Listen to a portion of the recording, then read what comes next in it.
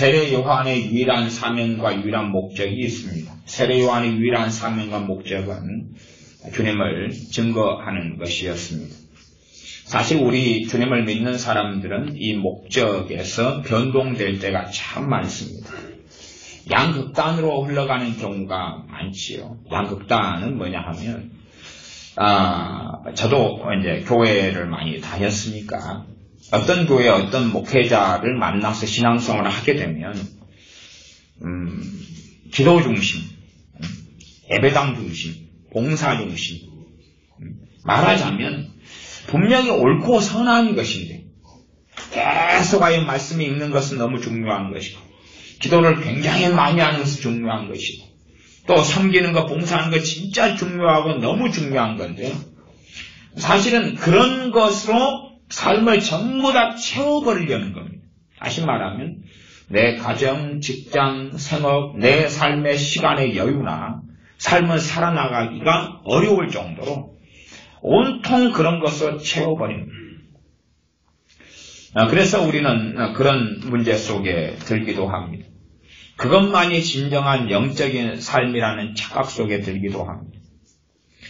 제가 선교단체 몇 년을 있었을 때도 그런 일들이 있습니다. 대학생 때니까 대학생이면 공부를 해야 되죠. 또 어쨌든 부르심받은 사명 중에 하나가 대학생으로서 공부하고 실력을 만들어내야 되죠. 누구를 위해서요? 주님을 위해서.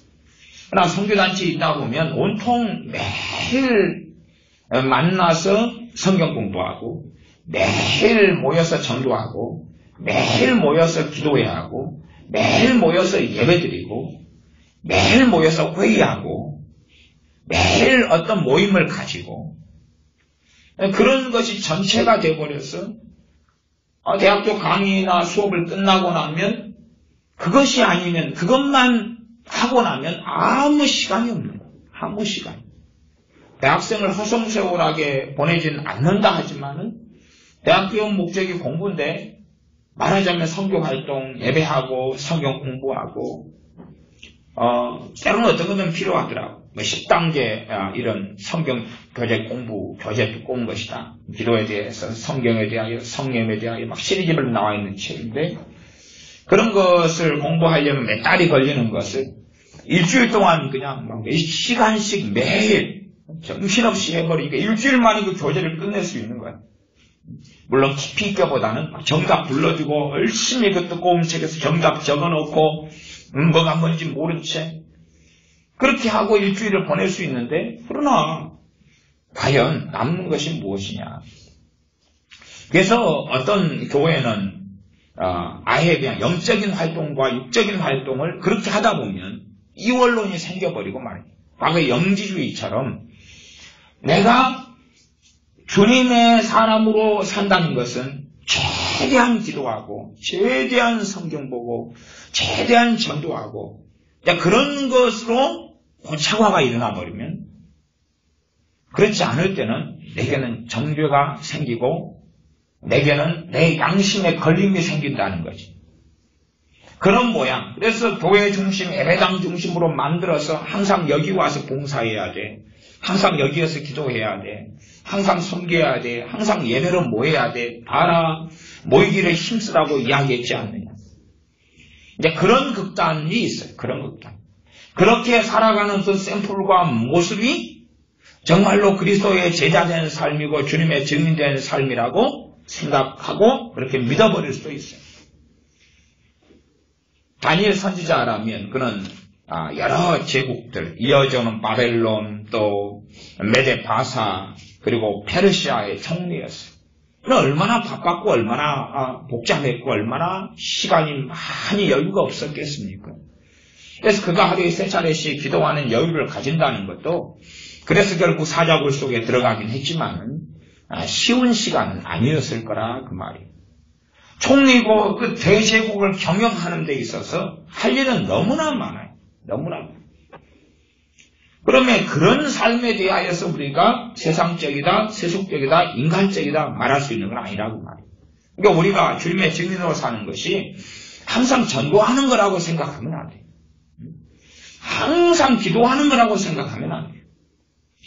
그런 삶이 얼마든지 특별하지 않을 수 있다 그 말이에요. 우리는 특별한 것을 원하는 특별한 것을. 그래서 미혹 속에 빠져들어가는 사람을 보면 대부분이 특별한 영적인 뭔가를 갈구합니다. 특별한 것. 첫째는 특별한 사람이 되고 싶어요. 특별한 사람. 대부흥을 가져오는 뭔가의 사람이 되든지 아니면 전 세계적으로 우뚝 서서 쓰임받는 어떤 사람이 되든지 그냥 평범한 사람으로 살다가 죽기는 싫은 거예요. 거짓 나사로처럼 살다 죽으면 여러분 어떻게 되겠어요? 여러분이 거짓 나사로라면 어떻게 하실래요? 아마 저도 그럴 거예요. 거짓 나사로라면 아이고 내가 주님의 얼굴에 먹칠하는 거 아니에요. 내가 주님 믿는 사람인데 거지고 험대를 앓고 병들어서 남의 집에 구걸이나 하다가 먹고 죽으면 일단은 거짓 나사로는 아브라함 품에 들어가고 천국에 갔습니다. 그러면 이제 우리가 예수 믿는다더니 네 주님은 그거밖에 안 되냐? 아니 우리가 생각할 때 아이고 내가 살아온 삶으로 주님께 모욕을 끼쳐드렸구나 생각하지 않겠습니까?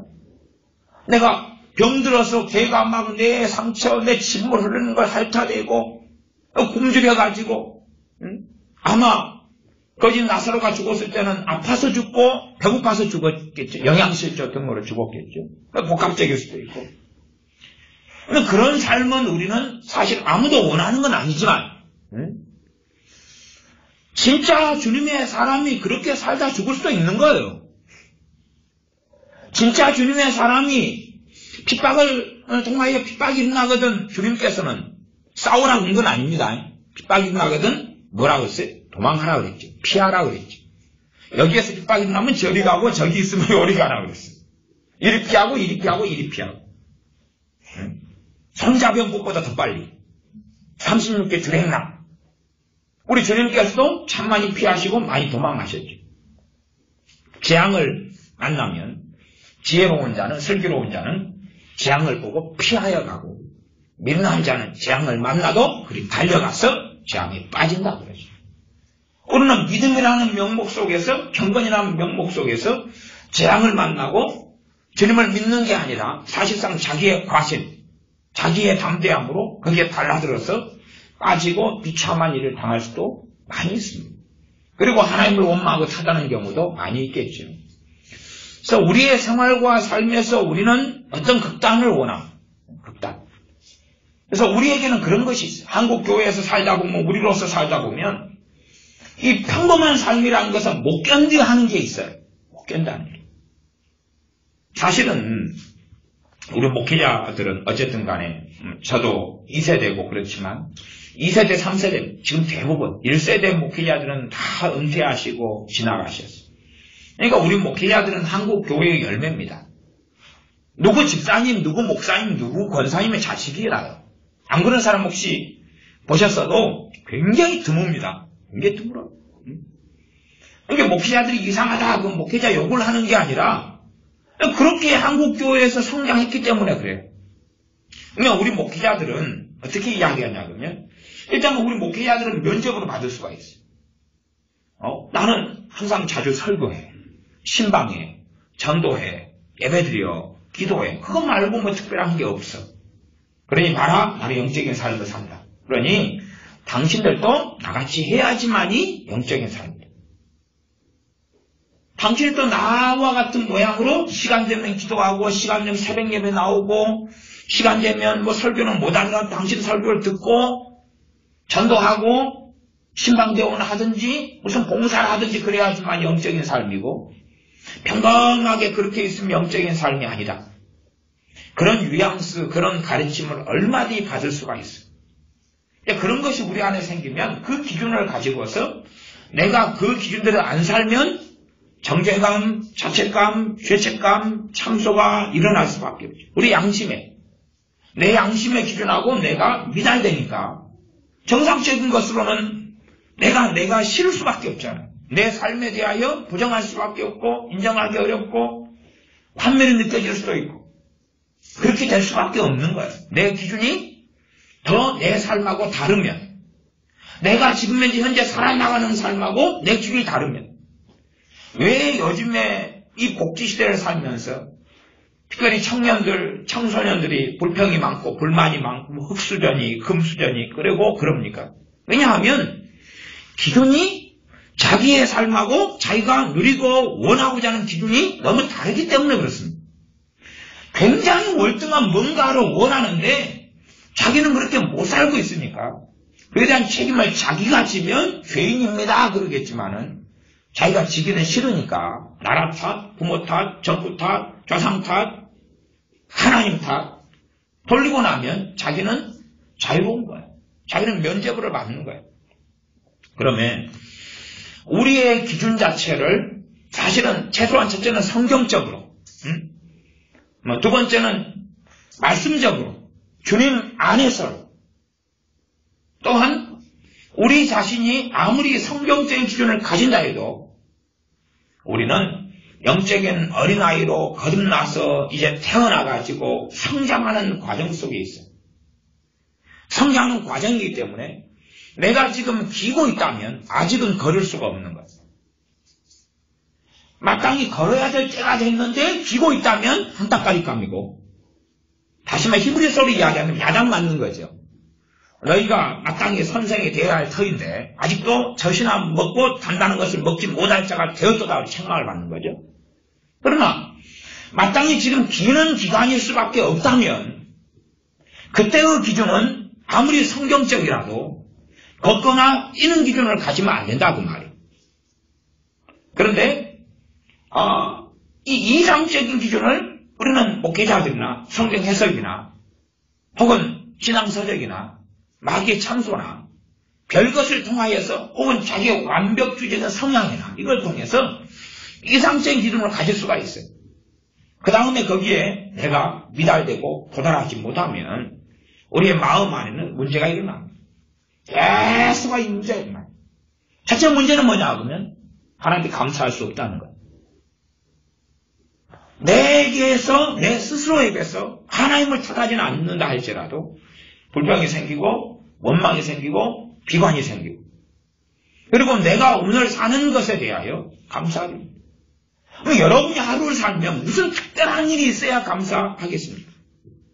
여러분이 누구를 전도해가지고 야 오늘 3명 예수 영접하게 됐다. 너무 감사하다. 그래야지만 감사하겠습니까? 그래서 우리는 믿음으로 사는 삶을 걷기보다는 항상 그리스도인들에게 불평, 불만이 가득한 삶을 살아요. 드러내든지 드러내지 않든지 간에. 자기가 원하는 삶의 기준이 있는데 우리가 원하는 삶의 기준에 만족되지 않는 거야. 우리가 좀 신령하고자 하는 사람들은 내가 너무 지금보다 믿음이 좋기를 원해. 그러지 않습니까? 지금보다 더 믿음이 좋고 더 성령 충만하고 더 기쁨이 충만하고 더 말씀도 살고 더 순종하고 아니면은 기도를 갖다가 지금 하는 것보다 5배, 10배를 더 많이 했으면 좋겠고 하나님 말씀을 더 많이 깨닫고 순종했으면 좋겠다. 그러나 말씀을 순종하는 것도 극단적인 이해가 많이 있어요. 내가 어느 말씀을 순종해 가도 차근차근 갈 수밖에 없어요. 겸손해라. 그러면 아멘. 그러니까 그 다음에는 바로 겸손한 사람 되냐 그 말이. 안 그래요. 겸손하도록 교만을 깨뜨리도록 주님께서 나를 다루시는 많은 시간, 여정, 과정이 필요한 거예요. 많은 시간, 많은 여정, 많은 것. 그래서 하나님께서 우리를 다루시려면 우리는 삶의 자리에 있어야 돼요. 하나님 우리를 다루시려면 우리는 사람들 사이에서 가정을 꾸리거나 직장을 가지거나 관계를 가지거나 하고 살아야 돼요. 주의 말씀 속에서 내가 다루어지려면 그러나 우리는 그것보다는 아예 수도원에 들어가고 기도원에 들어가고 예배당에만 하루 종일 있어서 예배당에 기도하다가 짜장면 한 그릇요. 또 주여 기도하다가 전도한 나갔다가 다시 짬뽕 한 그릇요. 그리고 침대도 갖다 주세요. 우한리 가구에 전화해서. 뭐 그렇게 해서 하루 종일 우리가 생각하는 경건한 삶을 살려고 해요. 정말 그런다 해서 내가 주님을 닮아갈 수 있느냐 그 말이에요. 닮아갈 수 없어요. 닮아간다 해도 아마 한 부분만 극단적으로 회개해야 될 거예요. 한 부분만. 하나님 말씀을 골고루 내가 순종하고 주님을 알아가고 닮아가려면 삶을 살아가야 돼요. 정상적인 삶, 일반적인 삶을 살아가야 돼요. 그러나 우리는 하루 종일 기도하고 하루 내내 전도하고 하루 내내 성경 보면 신령해진다고 생각해요. 그렇게 되면 얼마나 좋겠습니까? 그러나 그런 사람 가운데 유감스럽게 미혹에 빠지는 사람이 의외로 많아요. 의외로 많아요. 왜냐하면 그들의 기준은 뭐냐 하면 하루 내내 성경 보고 하루 내내 기도하고 하루 내내 전도하면 이미 신령해졌다고 생각하거든요.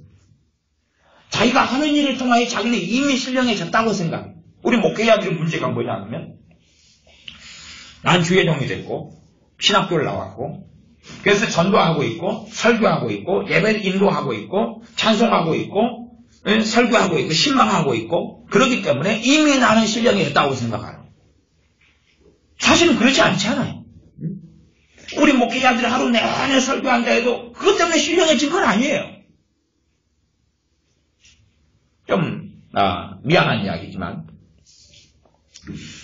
우리 대부분의 목회자들은 성령의 역사로 말한다는 걸 뭔지 모릅니다. 성령의 역사로 설교한다는 게 뭔지 몰라요. 그냥 우리의 지식, 학식, 신학 그걸로 말해요. 우리의 인격과 양심을 따라서. 양심을 따라 말할 수 있으나 그러나 양심을 따라 말하는데 성령의 역사가 있어야 돼요. 성령 역사가 있도록 성령이 이끄신 가운데 방언은 할 수 있어도 대한민국 말, 영국 사람이라면 영어, 미국 사람이라면 미국식 영어로 말하는 것은 할 줄 몰라요. 그게 뭔지를 모르거든요. 결국은 내 인격에 따라, 내 지식에 따라, 내 판단에 따라서 우리 목회자들은 설교하고 사는 거예요. 성령 역사하신 분, 뭘 말한다는 것 자체를 유감스럽게 대부분의 목회자들이 이해하지 못합니다. 제가 우리 교회 카페에 1984년, 85년, 86년 조영기 목사님 설교를 간간히 올려요. 왜냐하면 그때 그 설교에는 성령 역사로 조 목사님이 설교를 했기 때문에 제가 올리는 거예요. 그러면 왜 지금 현 시대 목회자들의 설교를 카페에 올려서 듣게 하면 좋지? 유감스럽게 성령 역사로 설교하는 목회자를 못 찾겠거든요. 못 찾겠거든. 돌아가신 하영기 목사님 설교를 간혹 제가 올려요. 사실 하영기 목사님 설교는 제가 볼 때 성경적으로 볼 때 상당히 좀 빈틈이 많으셔요. 정말 제 입장에서는. 근데 저는 올려요. 왜 올리냐 하면 성령 역사로 그분은 설교하셨기 때문에. 왜 그러면 돌아가신 분들을 올리지? 조 목사님 아직 안 돌아가셨지만. 조 목사님 지금 설교는 성령 역사 별로 없어요. 그래서 옛날 설교를 올리는. 점점 믿음이 좋아지고 더 성령 충만이 더 놀라워지면 지금 설교가 지금 좋겠죠. 안 그러니까. 왜 지금 목회자들이 10만 명이 넘어요. 못 찾겠거든요. 그래서 옛날부터 못 찾겠다 깨꼬리 그리고 조용필 씨가 일찍부터 노래를 하셨어요. 성령의 역사로 설교하는 설교자를 찾기가 어렵거든요. 왜 성령 역사 설교하는지 성령이 임하셨는데 자기가 주인이니까 그러죠. 실제적인 삶에서. 그러나 우리 목회자들은 성령 역사 설교 안 하면서 생각합니다. 이미 나는 설교하기 때문에 영적인 사람이 되고 신령한 사람이 되었어요. 나는 하루 내내 내가 도박하고 노름하고 게임하고 하는 게 아니라 설교하고 신방하고 기도하고 예배 인도하고 하는 성경 연구하기 때문에 설교 준비하기 때문에 나는 신령한 사람이다. 저나 여러분이 하루 내내 기도하고 있다 해도 신령한 사람은 안 됩니다. 안 됩니다. 사람과 트러블도 있고 다툼도 있고 그러면서 용서해보고 그러면서 내 부족함이 드러나고 그러면서 엎드리고 그러면서 말씀으로 내 죄된 것이 다루어져야지만 신령해져 가는 겁니다. 그러나 우리는 그런 것을 못 참아 합니다. 내 일상의 삶을 그냥 살아나가는 것에서 불만족합니다. 제가 그래서 전제로서 그런 설교로 들어왔기 때문에 기준이 그런 기준. 과거에서부터 그런 게 많지 않았습니까? 성전 사상, 또 목회자가 제사장 사상. 우리 목회자는 제사장이 아닙니다. 여러분이 다 제사장들 아닙니까? 왕 같은 제사장들이 예수님 믿는 사람. 또 우리가 예배드리는 이곳은 성전이 아닙니다. 여러분이 바로 성령이 거하시는 성전이죠. 그러나 정교화를 점점점 시켜가려면 그렇게 하는 게 중요한 거예요. 물론 목회자도 그런 믿음 가운데 한 거지 거짓말을 한 건 아닙니다. 자기들이 그렇게 믿었던 거예요. 그래서 이 예배당이라는 건물을 성전이라고 그래요. 성전 건축. 이게 성전. 예루살렘에는 성전이 하나 있었는데 이스라엘에 하나 있었는데 지금 얼마나 많습니까? 성전이. 그러나 그건 이 건물은 성전이 아니죠. 이 건물을 지으려고 노력하고 애쓸 필요는 없죠.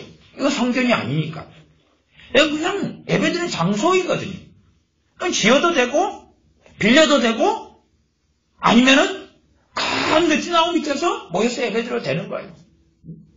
상관없는 거예요. 들판에서 드려도 되고 우리 주님처럼 산상수 산에 앉으셔가지고 모인 사람이 거기서 예배드려도 되는 거죠. 또는 주님께서 배를 타시고 말씀을 전하시고 바닷가에 사람이 앉아가지고 말씀을 들을 수도 있는 거죠. 그러나 어떤 신령한 기준을 우리들은 만들어내려고 그래서 이 건물 짓기에 몰두합니다. 이거 거룩한 걸로 만들어가요. 거룩한 거. 이게 거룩한 거예요. 눈에 보이는 거룩한 거. 그렇게 하면서 우리 나름대로 거룩한 모양의 정의를 내리고 목회하든지 아니면 교인들에게 상관없이 이런 모양이 거룩한 거야. 이런 모양이 신령한 거야. 이런 모양이 깨어있는 거야. 이런 모양이 주님 앞에 살아가는 거야. 그 기준을 가집니다. 그리고 우리는 꿈꾸지 않습니까? 내가 언젠가 내가 지금보다 더 자유로워졌어. 직장 생활도 안 하고 내가 지금보다 더 자유로워서 애들 치닥거리도 안 하고 하루 종일 전도만 해야 되겠다. 하루 종일 기도만 해야 되겠다. 하루 종일 봉사만 해야지. 하루 종일 성경만 봐야지. 하루 종일 설교만 들어야지. 언제나 그런 날이 올까? 주님을 신뢰하고 믿고 따르는 것은 삶이 있어야 돼. 삶이 있어요. 하루 내내 기도만 하면 별다른 일이 없잖아요. 그래서 사람들은 중복이 되고 환호합니다. 왜 중복이 되고 환호하냐 그러면 하루 내내 어떤 아프리카, 중동 선교사님 교회를 위해서 다른 교회를 하루 내내 기도만 하면 끝난 거예요. 더 이상 할 게 없는 거예요.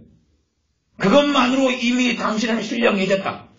당신이 이미 영적으로 되었고 하나님께 인정받는 삶을 살았다. 인정받으니까 얼마나 좋아요. 내가 삶을 살아갈 필요는 없는 거예요. 그냥 기도만 이 사람 하나님 해달라고 저 사람 저거 해달라고 선교사한테 이걸 해주시고 아프리카 사람들 부흥이 일어나게 해주시고 하나님 베트남을 도와주시고 어딜 도와주시고 어떻게 해주시고 저렇게 해주시고 개인적인 기도들 나라와 민족을 위해서든 아니면 다른 제3세계를 위해서든 이렇게 하루 종일 기도하면 가장 인정받는 삶이라고 가르치니까 그렇게 배운 사람은 이제 나는 언제 시간 내어서 저렇게 중보기도 하고 언제 저렇게 차야기도 하고 그걸 꿈꾸는 거죠. 그렇다면 지금 현재는 감사합니까? 안 합니까? 할 수 없죠. 그래서 성경에는 이 종들이 예수 믿는 사람들이 종종이 있었습니다. 종들은 자유민이 되고 싶은 거예요. 그러면 종으로 지내서 자신이 주인의 노예 생활로 주인의 돈을 벌기 위해 수고하고 애쓰는 데는 영적인 삶을 못 살 것 아닙니까? 아니 종으로 노예로 사는 사람이 누구 돈 벌어줍니까? 주님 돈 벌어줍니까? 자기 주인 돈 벌어주잖아요. 그 사람들은 어떻게 영적인 삶을 살죠? 노예인데 잠자는 시간, 일어나는 시간, 하는 일을 자기가 선택할 자유가 없지 않습니까? 요셉은 노예였습니다. 보디발 장군의 집에서 노예 생활했어요. 물론 나중에는 포울종 감투로서 총리를 했지만 집안 총리를 했지만 그러나 본질은 노예입니다. 보디발 장군 돈 벌어주려고 그게 집안을 위해 산 거지 그게 하나님의 나라를 위해 산 겁니까? 하나님의 영광을 위해 산 겁니까? 안 그렇잖아요. 그런데 하나님은 그 요셉의 삶을 인정하신 거죠. 그게 영적인 거라고. 그게 문제라는 사실이에요. 우리하고 하나님이 다르다는 사실이 문제예요. 요셉이 남의 노예살이 했는데 그런 영적인 삶이고, 심지어 요셉이 감옥에서 2년 있으면서 감옥에서 죄수로 살았는데 그게 영적인 삶이었는데, 우리는 요셉보다 좀 나은 삶을 살지. 노예도 아니고 감옥에 죄수로 살지도 않아요. 근데 우리는 유감스럽게 영적인 삶을 얼마든지 안 살 수 있습니다. 왜냐하면 우리가 생각하는 영적이라는 기준이 다르니까. 우리가 주님과 함께 하려면 기도하러 가야 되죠. 어딘가. 기도원이나 예배당이나 내 기도처에나.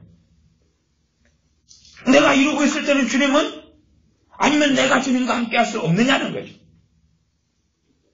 우리는 끊임없이 과거의 영지주의 이단만이 아니라 지금도 영지주의 가운데 계속 들어가려고 그럽니다.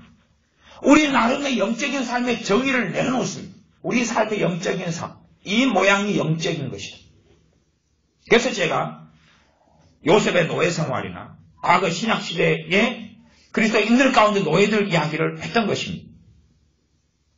여러분이 노예라면, 그리고 여러분은 자유가 없이 아침 꼭두새벽에 일어나서 주인을 위하여 밥을 하고 물을 깃고 장작을 패고 밭에 일하러 가고, 해가 진 다음에 와서 또 주님도 이야기하셨잖아요. 야, 누가 노예가 일하러 갔다 왔는데 주인이 야 고생했다 밥 차려줄게 앉아라. 그런 사람이 어디 있겠느냐. 일 실컷 하고 와서 주인 밥 차려줘야지. 그렇게 말씀 기록됐지요. 그것처럼 노예가 밥 깔고 열심히 하고 와가지고, 그러나 우리 식으로 하면 기신 메고 와가지고, 그래가지고 열심히 애쓰고 풀 뽑고 와가지고, 그 다음에 이제 주인이 가니까 고생했다보다는 배고파, 왜 늦게 왔어, 밥 줘. 예, 주인님. 그렇게 하는데 주님은 어디 갔습니까? 그렇게 하는데 기도할 시간 어디 있습니까? 성경 볼 시간 어디 있습니까? 노예가 자유가 있어서 이제 자유시간 4시간을 주마. 우리가 그렇게 자유를 원하니까 자유시간이라는 초코바가 나온 거 아닙니까? 자유인인데. 사실은 그 노예들이 자유시간 초코바를 먹었어야 되는데, 자유인은 우리가 먹고 있다는 게 딜레마죠. 회개하십시오. 자유시간을 먹는 사람들. 그래서 그 자유시간을 그들이 누려서, 야, 3시간 줄게. 3시간 동안 나 기도하고, 말씀 보고, 그렇게 해. 노예가 전도하러 어떻게 가겠습니까? 노예가 전도하러 갈 시간이 있겠습니까? 물론 함께 일하는 동료를 전도할 수는 있겠죠. 노예가 성경 연구할 시간이 어디 있습니까? 노예가 제대로 기도할 시간이 어디 있습니까? 그러나 얼마든지 영적인 삶을 살 수 있기 때문에, 신령한 삶을 살 수 있기 때문에 노예들아 종들아라고 성경 기록되고 있습니다. 심지어 그 주인을, 주님을 섬기는 것처럼 섬기는 것이 바로 영적인 삶이라고 이야기하죠. 그 사람들, 그 노예들은 주님으로부터 상을 받는다고 말씀이 기록됩니다. 그러나 우리의 기준은 안 그렇다는 이야기입니다. 그러니까 어느 때 교회 안에, 우리 안에 영주주의가 깊이 있게 들어와 있는 거예요. 들어와 있어서 어떤 것을 꿈꾸고 사는 겁니다. 어떤 이상향을 꿈꾸고 사는 거예요. 그러나 내가 사는 삶의 자리에서 영적인 삶을 우리는 살아가야 됩니다. 왜 영성운동이 유행을 탔습니까? 우리에게 들어온 영주주의 때문에 그렇습니다. 왜 영성운동 하면 그 단체에 사람들이 그렇게 많이 몰려들었습니까? 지금 우리가 사는 삶은 영적인 삶이 아니라고 부정당했기 때문이고, 나아가 스스로 부정했기 때문에 지금의 삶하고 다른 무슨 영적인 삶, 다른 무슨 영적인 지혜, 다른 어떤 영성을 얻어보려고 그런 단체나 그런 강의나 그런 세미나에 몰두하고 살았던 겁니다. 그런 세월들이 우리 대한민국에는 장시간의 시간들이 있었습니다. 지금도 무수한 영성훈련 단체들이 아직도 우후죽순 많습니다. 그리고 영지주의에 빠진 사람들은 그 영성훈련 단체로 가려고 해요. 그래서 그 사람들은 말하지. 내게 배우라. 그러면 너희들을 아주 영적인 사람으로 탈바꿈시켜 주겠노라. 내게 배우라. 나를 따르라. 그러면 너희를 변화시켜 주겠노라. 고운 장담을 하죠. 나는 이 신령한 자가 되었는데, 나는 이 신령한 자가 되는데 얼마의 시간과 각고의 뼈를 깎는 노력을 했다. 지금 신령한 자가 되었는데 당신이 내게 배우면 이 뼈 깎는 노력을 조금만 하면 된다. 나는 대표로 뼈를 깎았는데 이것을 750일을 깎았다. 그래가 지금 신령한 자가 됐다. 너는 단 3일만 뼈를 대표로 깎으면 된다. 그러면 내가 하는 750일간의 노력의 결과를 너가 가볍게 얻게 해주마. 가볍게 얻게 해주마. 나는 이 고난, 환난, 인고의 세월을 35년을 겪어서 이 자리에 섰는데 내게 배우고 내게 들으면 석 달 만에 할 수 있다. 내가 값을 지불했기 때문에. 그런 컨셉은 참 많이 듣는데 그 양반이 값을 지불했으면 그 양반이 주님인 거죠. 우리는 사실은 그런 데 넘어갈 준비가 많은 경우 되었습니다. 왜요? 첫째는 우리는 불만족하니까. 내 사는 삶의 자리에서 감사를 배우지 않으니까. 사도 바울은 어떨 때는 복음을 전하는데 주님이 돈을 제대로 안 주십니다. 선교사고 사도인데 주님이 돈을 제대로 안 주십니다. 언제 그랬냐고요? 여러분이 성경 보시면서 정말 많이 읽었지 않습니까? 사도 바울이 배고팠다고, 굶주렸다고. 돈을 안 주시니까 우리 돈 가지고 왜 굶습니까? 그 다음에 왜 텐트 메이커로 일합니까? 현찰 안 주시니까. 오늘은 떼와야 되지 않습니까? 그래서 선교사에 가면서 돈 벌고, 시간 나오면 복음 전하고, 말씀 가르치고, 돈 벌고, 그랬지 않습니까? 그게 뭐가 이상합니까? 그게 신령하지 않단 말입니까? 아니요. 이게 신령하지 않다고 생각하는 사람이 안 신령한 거예요. 자기가 생각하는 기준이 있다, 그 말. 자기가 생각하는 기준. 자기가 생각하는 기준은 여러야 된다. 여러야 된다. 성경에 있는 주의 종들 가운데 사실은 지금 현재 주의 종들이 일을 안 하고 목회만 하는 것에 대한 어떤 반론을 제기하는 건 아니에요. 그럴 수도 있고, 그럴 수도 있다, 그 말이에요. 그럴 수도 있고, 그럴 수도 있다. 응? 선지자들의 대부분은 직업이 있습니까, 없습니까? 직업이 있죠. 선지자는 아니었지만 느헤미야 같은 사람은 주의 종이 있고 하나님의 종이죠. 직업이 있죠. 응? 에스라도 직업이 있어요.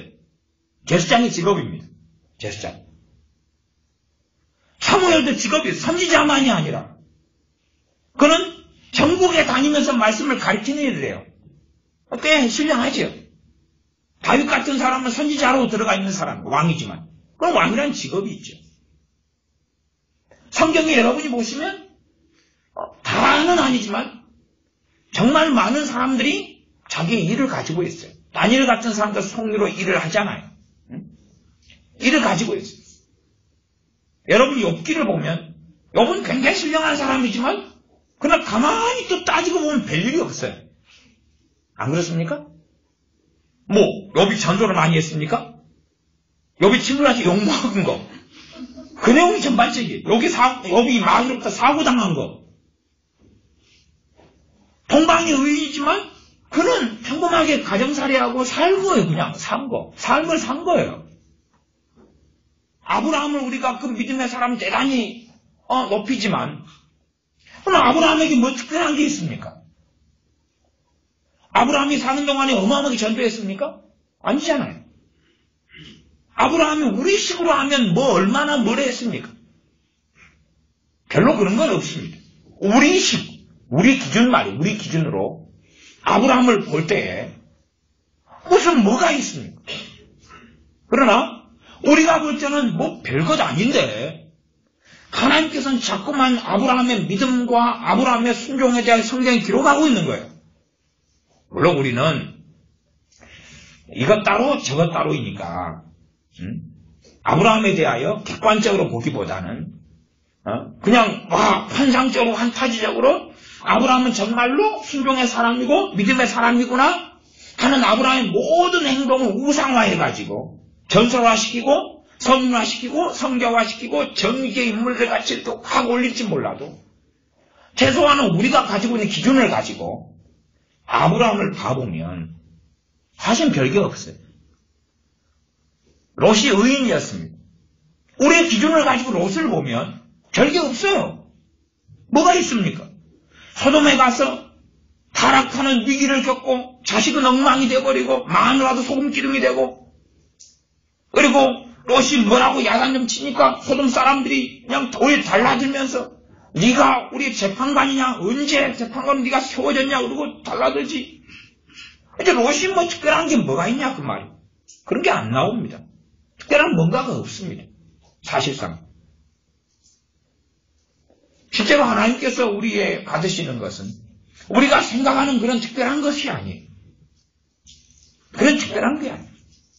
그냥 사람들이 전혀 인정하지 않을 수 있고 알아주지 않겠지요. 그런 게 태반인 거예요.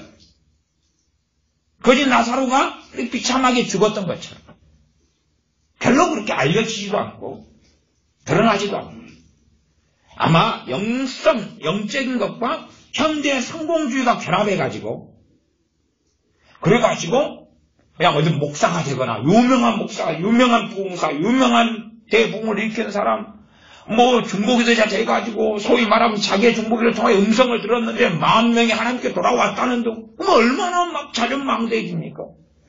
그런 사람이 되려고 준비하는 거죠. 그래서 간간히 요즘에는 이제 제가 하도 그걸 싫어한다 그러니까 안 그러는데 옛날에는 사람들이 애언을 저한테 받으러 막 이렇게 해달라고 막 했어요. 그러면서 자기가 정말로 위대한 사람, 대단한 사람이라는 애언을 받아왔다는 거예요. 네? 받아왔다는. 막 큰 믿음 교회나 막 이런데 애언부터 시작해. 대단한 사람, 막 큰 사람이라고 애언을 받아왔다. 이제 애언한테 갔더니 그래서 이제 자기가 어떤 대단한 사람이 될 건지 알아맞히고 그래요. 애언을 통해서. 어떤 대단한 사람인지 알아맞히고 그래요. 그러면 지금 하는 건 뭐냐? 아무것도 안 해요. 하루 종일 잠만 자요. 평일 알바예요. 나이는 40이 넘었어요. 아무것도 없어요. 제가 그런 양반에서 인간적으로 애언한다면 그럼 그런 사람들은 특별한 일 없이 그렇게 살다 죽는다고 저는 애언할 거예요. 인간적으로 애언한다면. 그리고 그 애언은 거의 95%가 맞을 거예요.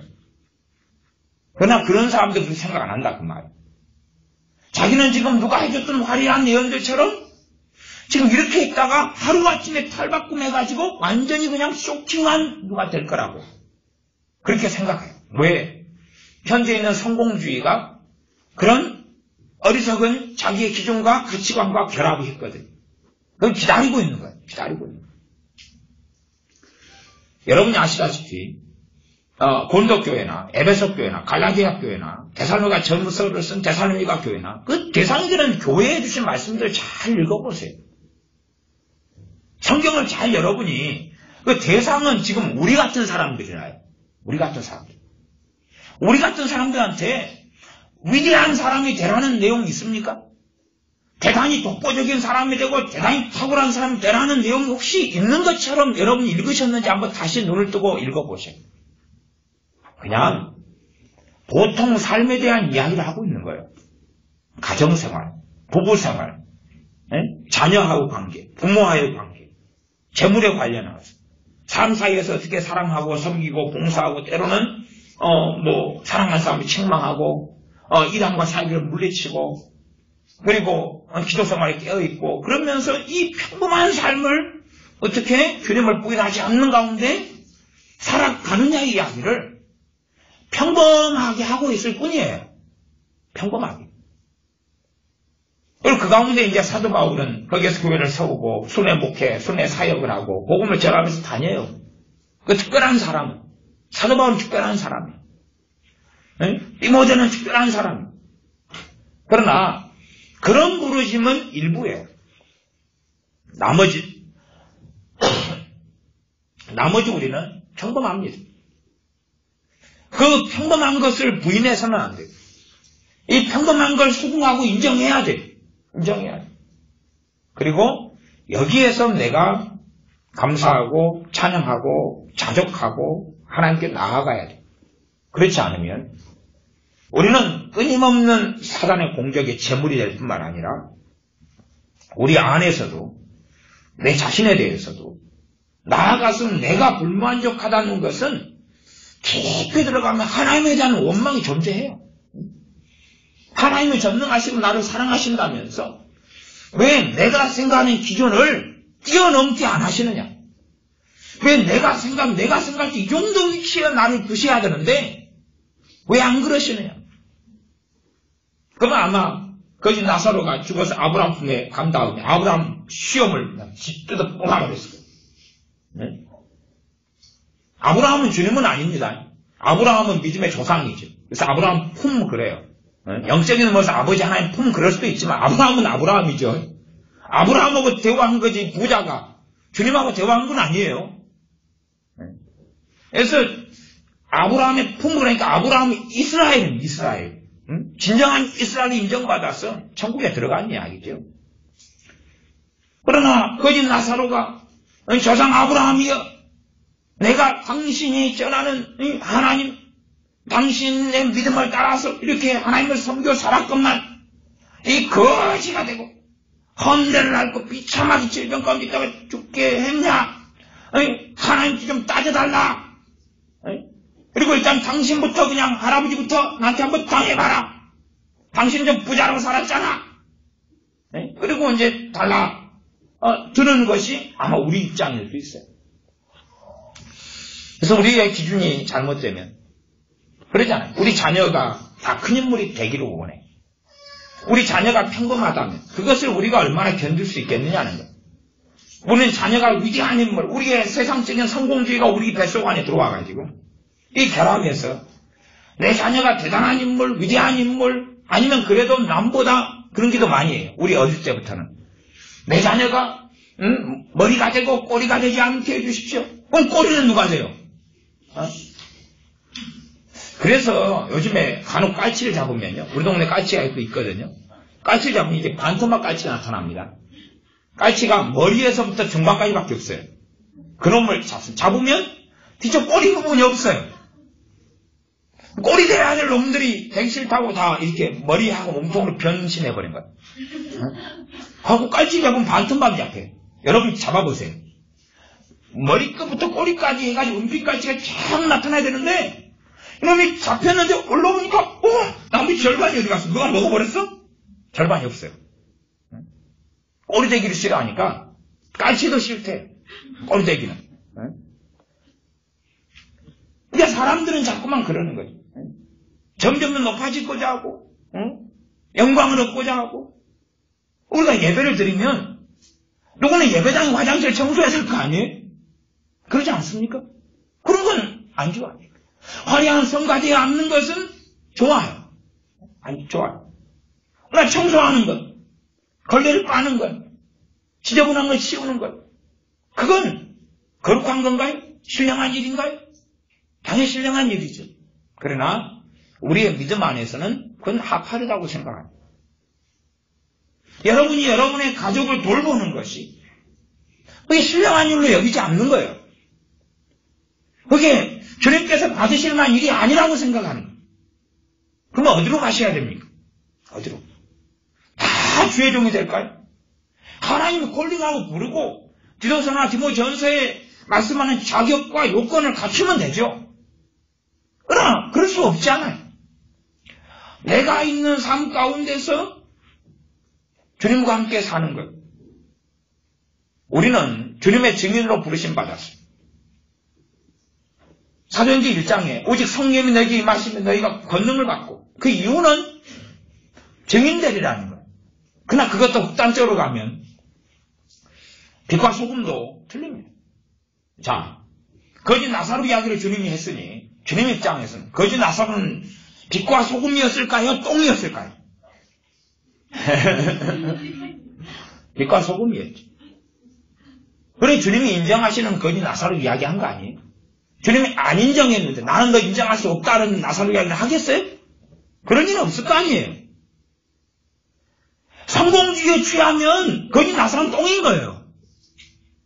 그러나 다르게 본다면 거짓 나사로를 주님이 끄집어내시는 것은 실존 인물이든 실존 인물이 아니었던 간에 그의 삶을 주님이 인정하신다는 거예요. 그의 삶을. 그러나 사람들 눈으로 볼 때는 그건 소금도 아니고 빛도 아니고 그리스도의 향기도 아니에요. 향기를 맡아보려고 갔더니 고름 냄새, 피오름 냄새, 썩어가는 냄새, 송장 냄새, 씻지 않은 더러운 지저분한 노숙자 냄새가 가득했겠죠. 그리스도의 향기가 아니라 정말로 주님께서는 나사로의 향기를 그리스도의 향기로 안 봤을까요? 그렇게 했었다면, 그렇게 안 봤다면 거짓 나사로 이야기 안 꺼내는 거예요. 우리는 우리만의 가치관에 젖어 사는 거예요. 그냥 우리가 환타지에 젖어 사는 거예요. 그래서 성경의 인물들 가운데서 정상적인 걸 뽑아내고 영적인 요소만 남겨놔요. 영적인 요소, 정기적인 요소, 전설적인 인물. 태어날 때부터 종자가 틀렸다고 그런 거 있잖아요. 그렇게 해서 그런 요소만 남겨놓는 가운데 그것을 모델로 삼고 샘플로 삼아서 나도 저런 인물이 되겠다는 거죠. 그러나 성경에 무수히 많은 인물은 평범한 인물이라. 응? 말하자면 마리아하고 요셉이 있다. 요셉은 목수였잖아. 그는 의로운 사람이라고 성경에 나옵니다. 그렇죠? 의로운 사람. 그러나 그는 평범한 아주 가난한 못 사는 동네 나사렛에서 목수가 다 죽었어요. 이랬지. 그거 끝났어요. 그러나 과연 주님 앞에서도 그럴까요? 안 그렇죠.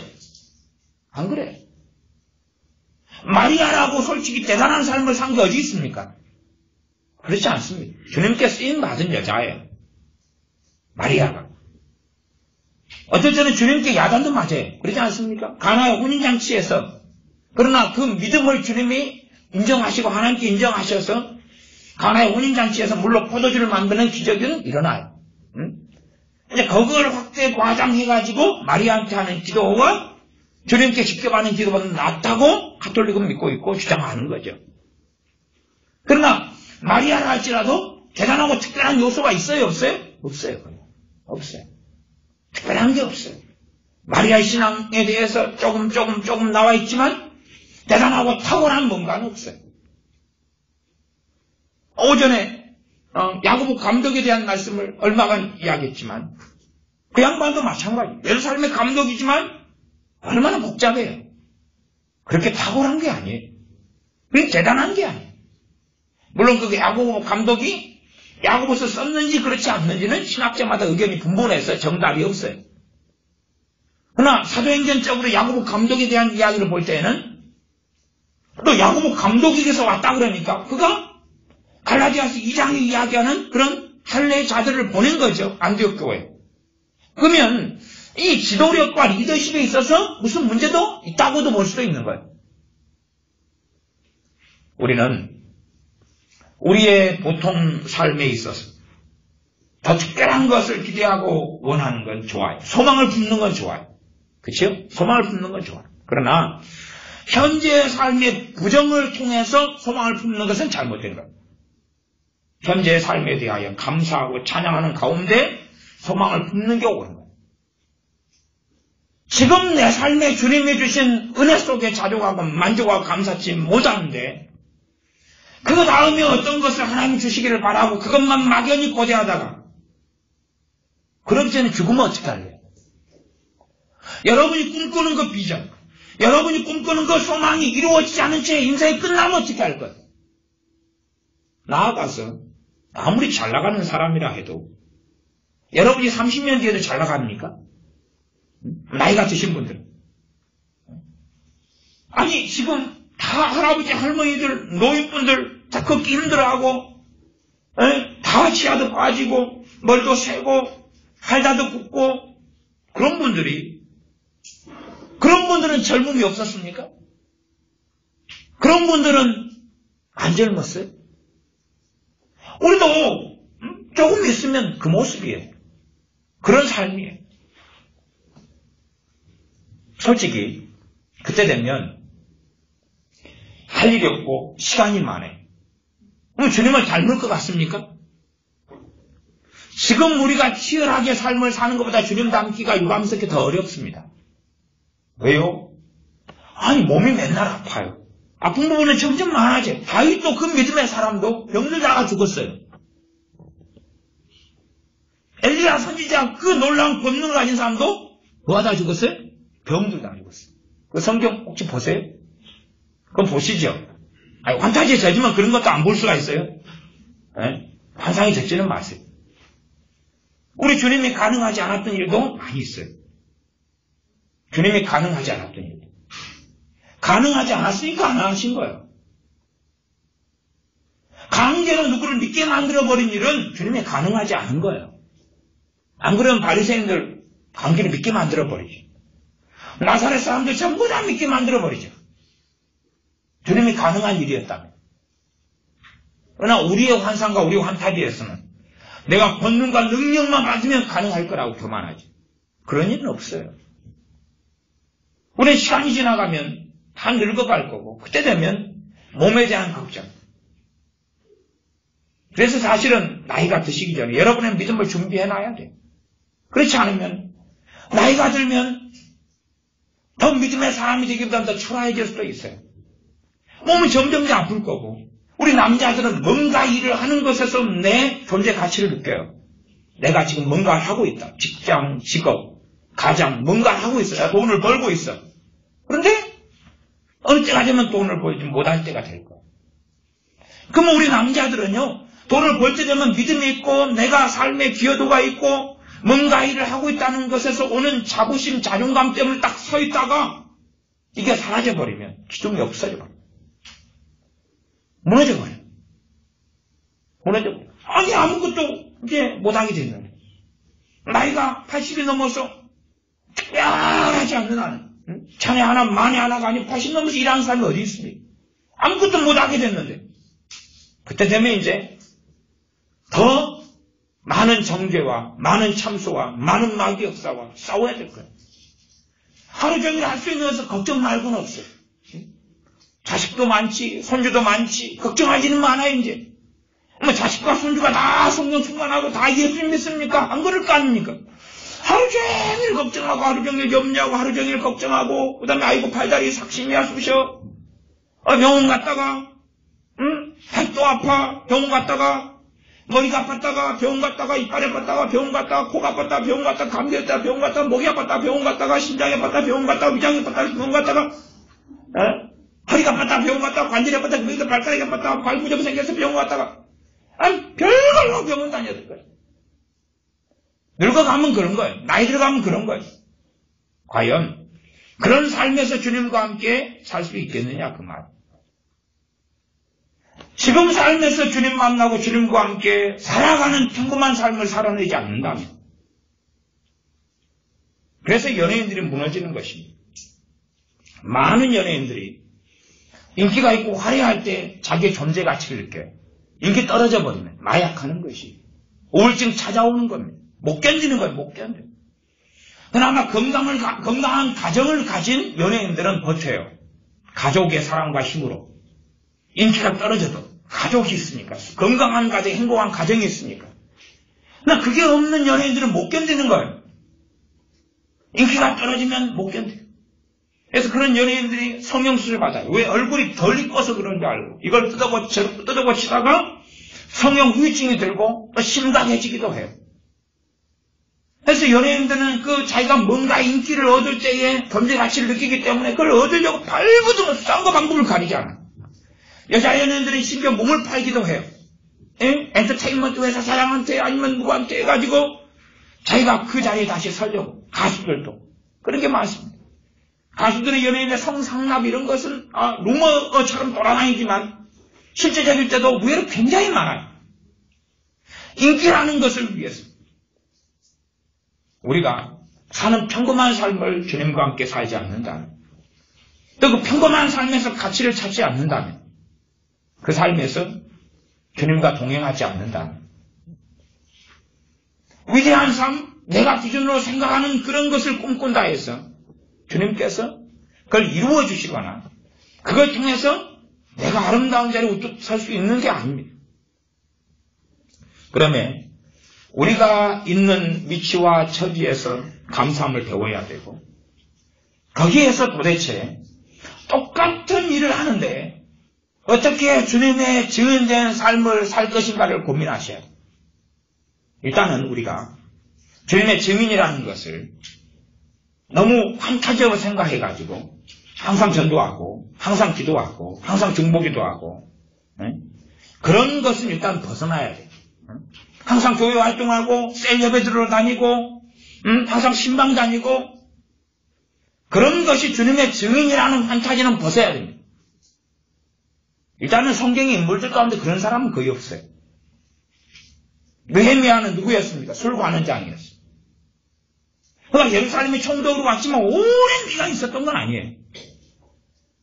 그는 또 페르시아에 돌아가서 술 관원장이니까 누구 술 준비해야 돼요? 왕. 술 준비해야 돼요. 갖고 술 마실 때면 바쁘고 어이구 이거 잘 됐네.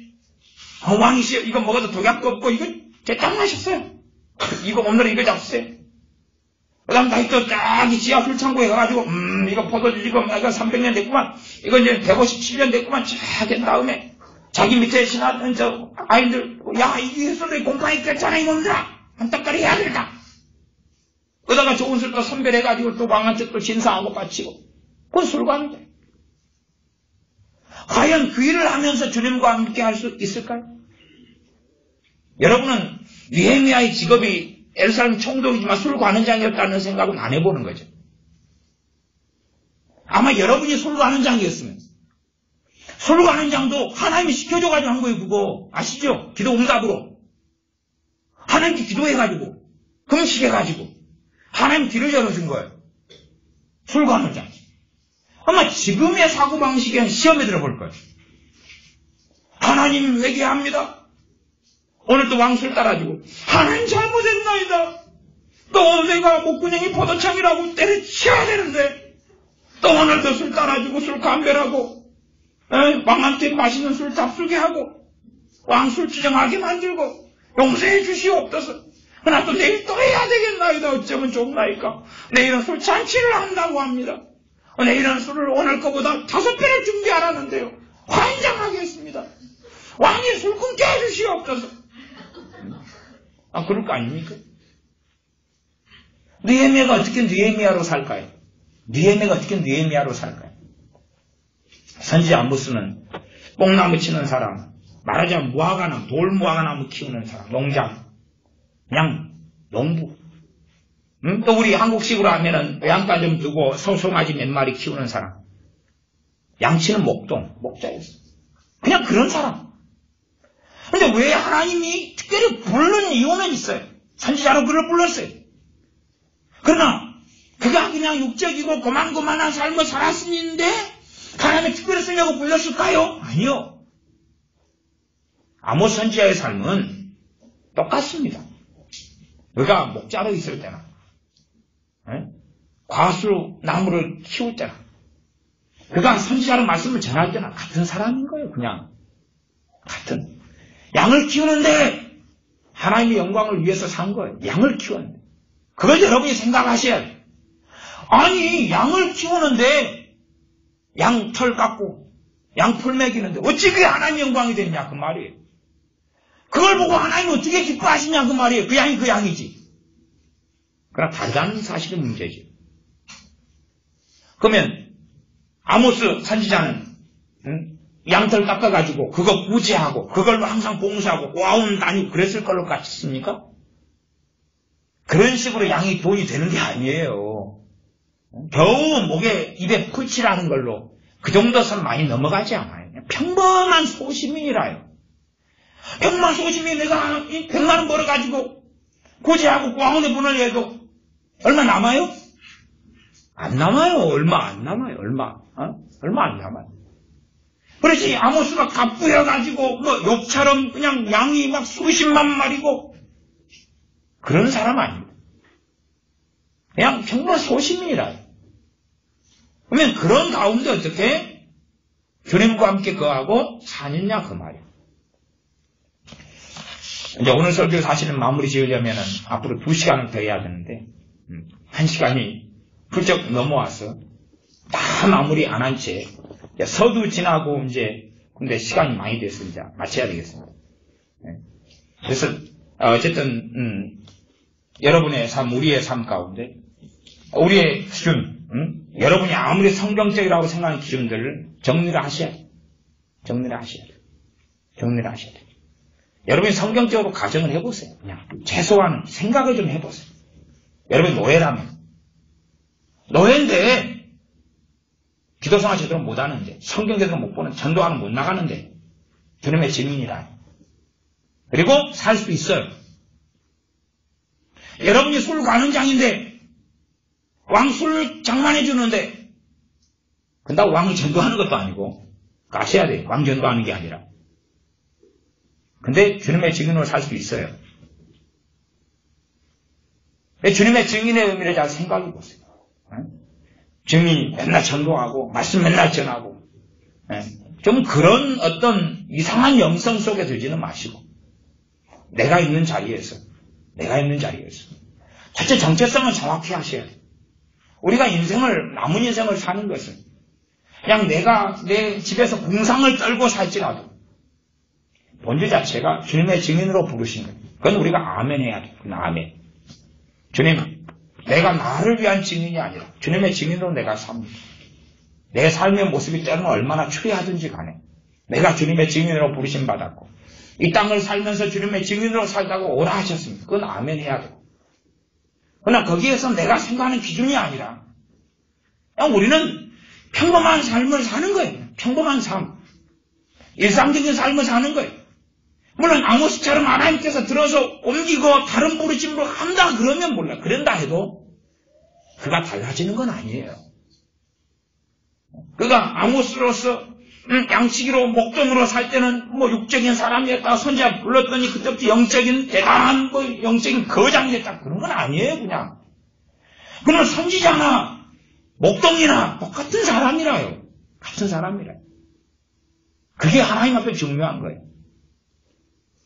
여러분을 가난하게 하고 여러분을 부하게 했을 때에 다른 사람이 나오면 안 되는 거예요. 같은 사람인 거예요. 여러분이 지금 무명으로 있다가 아주 유명한 사람이 됐을 때 회사에서 이사가 되고 아니면 사장이 되고 CEO가 되고 같은 사람이어야 되는 거예요. 같은 사람. 우리가 이 평범한 삶에서 내가 주님 앞에 증인으로 그냥 이 땅을 살면서 이 직장, 이 생업, 이 가정을 살면서 주님의 사람으로 살지 못한다. 이제 더 남이 인정해주고 알아주는 자리에 섰을 때는 우리의 신앙은 무너지는 거예요. 여기에서 내가 주님의 증인으로 살지 못한다. 그리고 증인에 대한 이상한 개념을 가지고 그래서 한국에는요, 의외로요. 신학교 다니려는 사람들이 많습니다. 그 환상을 꿈꾸니까. 그래서 간혹가다 제게 많은 분들이 상담을 해요. 목사님, 내가 이 직장을 몇 년 휴직하고 신학을 하고 싶어요. 물론 제가 주의 종이 될 생각은 없어요. 어떤 분은 주의 종이 됐으면 좋겠어요. 그러지만 어떤 분은 신학을 공부하면 내 믿음이 지금보다 훨씬 좋아졌어요. 지금보다 훨씬 더 기도하고 훨씬 더 신령해지고 훨씬 더 거룩해지지 않을까요? 자기가 가지고 있는 것에 일단은 우리가 우리의 영적인 삶에서 불만족하는 건 괜찮은 거예요. 그렇죠? 그건 좋은 거예요. 그러나 주님께서 주시고 은혜를 베푸시는 것에 감사가 없다면 그거랑 다른 이야기예요. 그럼 우리는 잘못된 거예요. 우리는 이상한 거고 문제가 있는 거예요. 그래서 제가 감사 설교하면서는 우리가 감사를 잃어버리면 그때부터는 문제가 생긴다 그랬어요. 감사를 잃어버리면 문제가 생기는 거예요. 감사를 잃어버리면 다른 게 우리 안에 있다는 이야기예요. 감사와 반대되는 것들. 찬양을 잃어버리면 다른 것들이 우리 안에 있다는 이야기예요. 다른 것들이. 주님의 증인은 다른 사람과 관계이기 전에 주님 앞에서 관계예요. 여러분이 무인도로 가면 주님의 증인이 아닙니까? 여러분이 사막 광야로 가면 주님의 증인이 아닙니까? 주님의 증인이에요. 광야에 있을 수밖에 없고 여러분이 핍박을 통해서 유리하는 자가 되면 그러면 주님의 증인이 안 되겠습니까? 도망자면? 아니죠. 우리는 어느 환경, 어느 처지에 있던 주님의 증인이라. 그 평범한 삶을 살며 주님의 증인을 살다가 어느 때 더 확실하게, 어느 때 더 확고하게, 더 좋은 위치에서 주님의 증인이 되게 하실 때에 그걸 감당할 수 있는 거고. 그러나 내가 사는 평범한 자리에서 불만족한 채 내가 있는 증인의 자리에서 별로 이건 너무 지질이 공상을 떨는 것 아닙니까, 주님? 나를 언제까지나 이렇게 놔두실 겁니까? 그렇다면 아마 죽을 때까지 그 자리에 있어야 될지도 몰라요. 주님의 증인은 주님을 영화롭게 하는 사람. 주님의 증인은 주님을 영화롭게 하는 사람. 여러분이 어려움과 고난 중에서 주님의 증인은 주님을 신뢰해요. 주님께 감사해요. 때로는 주님의 주권을 믿어요. 주님의 행하심을 인정하고 시인해요. 그냥 이 우리끼리 모였습니까? 여기에 주님이 안 계시다? 그런 세계 속에 살지를 않아요. 내가 있는 삶의 자리에 내 기준이 아니라 주님의 복음을 통해 십자가를 통해서 주님께서 계시는 걸 믿고 아는 사람들이에요. 그래서 단지 우리의 먹고 사는 것이 내 자신의 생계를 유지를 위한 것이 되게 해서는 안 되고 그걸 넘어서서 주님의 증인으로 주님과 함께 삶을 사는 사람으로 그 자리에서 연단되고 그 자리에서 성숙해지고 그 자리에 주님을 믿고 그것이 성경에 나오거나 아니면 여러분이 우리가 알고 있는 정기적인 대단한 인물들에 비해서 아무것도 아니게끔 느껴도 그러나 내가 있는 그 삶의 자리 평범한 것이 주님 앞에서는 평범한 것이 되어서는 안 된다는 사실. 그냥 육적인 것으로 끝내버리면 안 돼요. 따로 영적인 것이 있는 게 아니에요. 그렇게 생각하는 것이 이상한 거예요. 그래서 생각할 때 우리 주의 종들은 많은 경우 어리석어졌고 교만해졌고 타락해졌고 왜? 나는 하루 내내 설교만 하고 기도만 하고 신방만 하니까 난 그렇게 해 본질적으로. 아니요. 그래서 성령 역사로 설교하고 말하는 것을 못 배우는 거예요. 그래서 착각하고 교만하니까. 그렇게 미혹되어 있습니다.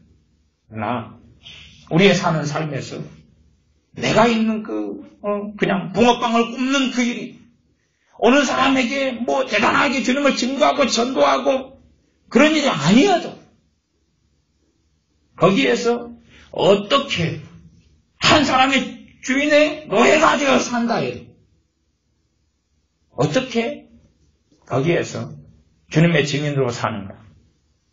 대단한 기도, 탁월한 전도, 탁월한 성경 연구를 하지 않고도 그런 것 없이도 어떻게 주님의 증인으로 내가 하고 있는가를 고민해 보시오. 그리고 여러분의 믿음 가운데 그럴 수 있다는 것. 여러분이 생각하는 그 아름답고 환상적인 삶의 주님이 함께 하시는 게 아니에요. 왜 착각하지 마세요. 그냥 보잘것없는, 그냥 별 볼 일 없는, 항상 다른 책받기 같은 삶을 사는 이 자리에 함께 하시는 거예요. 거기에서. 주님이 함께 하신다 해도 대단한 일이 일어나지 않아요. 일어날 수 있어요. 그러나 많은 경우 별로 일어나지 않아요. 하나님께서 모세와 함께 하셨는데 모세는 쓸데없이 하루 내내 재판만 하고 있어요. 하나님이 천부장 세워, 백부장 세워 말씀 안 해주셔요. 하나님과 함께 하셔요. 하나님 내버려 두시고 지켜보죠. 그리고 저녁 때면 또 모세하고 대화하셔요. 하나님도 희한하시죠. 그리고 모세 의장이 이드로를 보내요. 자꾸 이드로를 통해서 듣게 하셔요. 한참을 고생하게 한다고. 그런 일들은 너무나 많습니다. 너무나 많아요. 그냥 평범한 삶을 쭉 살아가는 거예요. 하나님의 사도 바울과 함께 하는데 때 되면 아침에 일어나가지고 천막 만들어 가야 돼요. 주님의 사도 바울을 버렸기 때문에 천막을 만드는 게 아니에요. 함께 하셨는데 우리 기준은 틀려요. 하나님 함께 하시면 막 돈더미가 떨어지고 기적이 일어나고 병이 순식간에 고쳐지고 막 부흥이 일어나고 그러면 시내산 하나님이 강림하셨는데 거기 이스라엘 백성이 어마어마하게 그 앞에 모여있는데 부흥이 일어납니까? 그들이 변화됩니까? 율법을 주고 하나님 말씀 주는데 그들이 하나님의 영광의 구름 속에 있는데도 그들이 달라집니까? 하나님 음성을 듣는데 그들은 변화됩니까? 아니요, 무섭다고 하지 마라 그래요. 모세한테 대신 전해달라고 그래요. 하나님께서 우리와 함께 하시고 우리의 믿음을 통해서 하나님 함께 하시고 우리의 믿음을 통해 주님은 함께 하십니다. 그러나 특별하고 위대하고 대단한 뭔가가 생기지 않아요. 생기지 않아요. 그러면 그래서 생겨야지 주님이 나와 함께 하신다고 생각하지 마. 착각하지 마세요. 그게 있어야지. 하나님이 나와 함께 하시면 그냥 홍해가 갈라지고, 홍해요. 딱 한 번 갈라졌어요. 딱 한 번. 요단강이 요단강은 한 2번 갈라졌습니다. 요단강은 엘리야 선지자 갈 때, 승천한 다음에 또 엘리사 선지자 옷 가지고 와서 칠 때, 아니면 출애굽 해가지고 가나안 땅에 들어갈 때, 법궤를 앞세우고 갈 때 또 갈라지고 몇 번 갈라졌어요. 근데 몇 번이나 몇 번. 여리고성이 무너지고, 한 번 무너졌어요, 한 번. 한 번 무너져서 완전히 베어가지고, 여리고성 오늘 무너지니까 내일 또 세워지고, 또 돌고 무너지고, 또 세워지고, 그런 줄 압니까? 한 번 무너지고 역사에 없어요. 역사에 없어요. 맨날 무너뜨리려고 여리고를. 한 번밖에 없는데. 몇천 년 전의 사건을. 그러니, 하나님이 함께 하신다 해서, 하나님이 함께 하셔도 고단한 광야길을 가야 돼. 하나님이 이스라엘과 함께 하시는데, 그들은 3일간 물 없는 곳을 가는 거예요, 그냥. 그들의 믿음 안에서는 함께 안 계신 거예요. 그들의 기준이 틀리니까. 그러나, 우리의 기준은 그렇게 되어서는 안 됩니다. 하나님이 함께 하셔도, 때로는 옵니다. 때로는 우리는 슬퍼해요. 하나님이 함께 하시는데 우리는 심지어 울치에 걸릴 수도 있어요. 하나님이 함께 하시는데 가슴을 칠 수도 있어요. 하나님이 함께 하시는데 내 가족이 죽을 수도 있어요. 그걸 아셔야 해요. 그게 인생이고 삶이에요. 하나님이 정하신 인생이고 삶이에요. 그러나 그럼에도 하나님이 함께 하신 걸 믿어야 되고, 하나님을 신뢰해야 되고, 그리고 주님을 의지하고 주님을 사랑하고 찬양하고 감사하는 길을 걸어야 됩니다. 그게 믿음의 길입니다. 그럴 때 하나님께서 그를 기뻐하십니다. 거지 나사로, 여러분이 거지 나사로가 되어보세요. 그래가 비참하게 죽으면 주님을 부인할 겁니까? 안 부인할 겁니까? 우리 대부분은 부인합니다. 아십니까? 저는 사업망에서 주님 부인한 사람을 많이 만났습니다. 이혼해서 주님 부인한 사람도 만났습니다. 여러분이 거지가 됩니다. 여러분이 거지가 됩니다. 주님 많이 부인할 겁니다. 가족이 다 버리면, 다 떠나면, 병들어 비참하게 거짓에서 구걸하면서, 그러면서도 주님 믿고 있는 게 얼마나 위대한 삶인지 아십니까? 그게 이해 안 되십니까? 우리가 여러분이 비참하게 하려면서 구걸하면서 팔다리 꼼짝 못하고 기어다니면서 몸 아프면서 한 푼 줍시오.